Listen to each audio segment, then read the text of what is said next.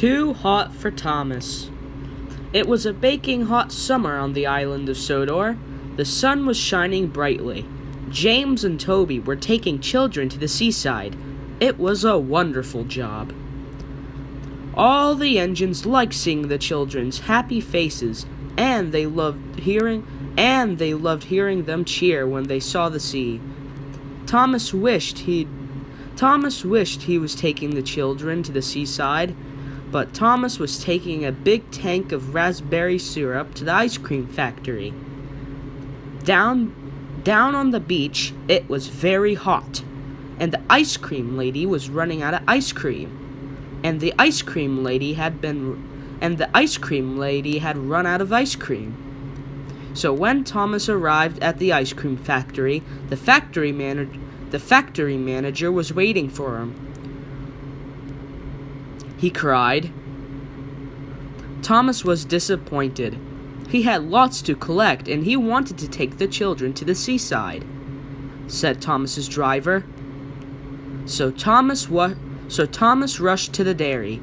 He collected the cream and puffed away quickly. Next, Thomas had come to collect some strawberries. So he raced through the countryside to Farmer McColl's. Then Thomas had stopped for James, snorted James. James's coaches were full of laughing children.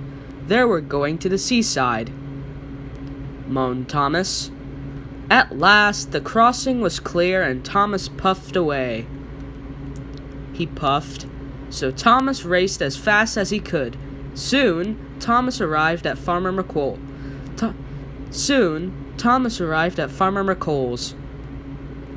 Thomas panted.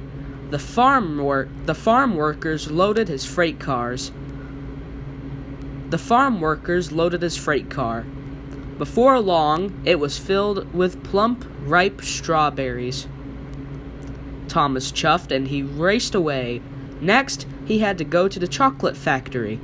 Thomas hurried through the baking sun. He panted. Thomas puffed faster and faster. Thomas puffed faster and faster. His wheels clattered and his pistons pumped. But he puffed so fast the signalman didn't change the points in time. Thomas raced down the wrong track, cried Thomas. Thomas had to reverse slowly and carefully back to the points. Then he had to wait while Toby went past. Toby was taking more children to the seaside. They were having a wonderful time, moaned Thomas. At last, the signalman changed the points.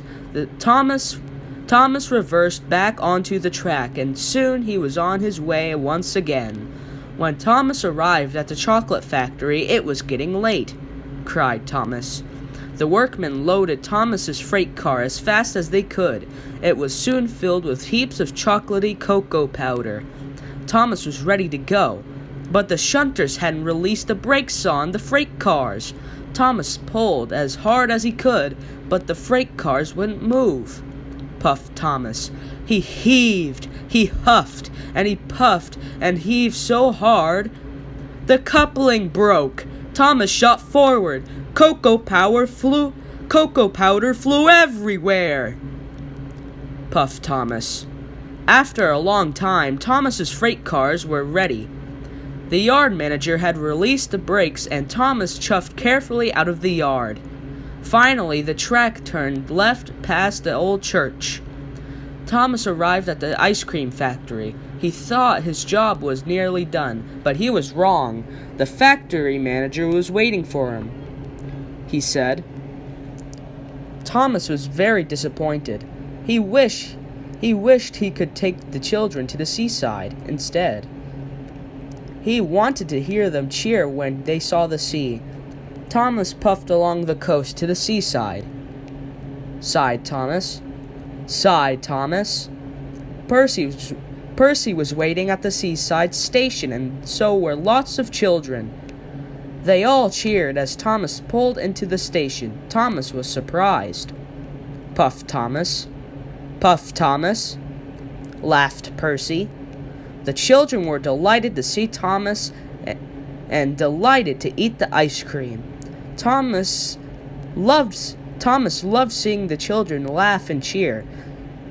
Sir Topham Hatt was waiting with the children, said Sir Topham Hatt. Puffed Thomas. He was very happy.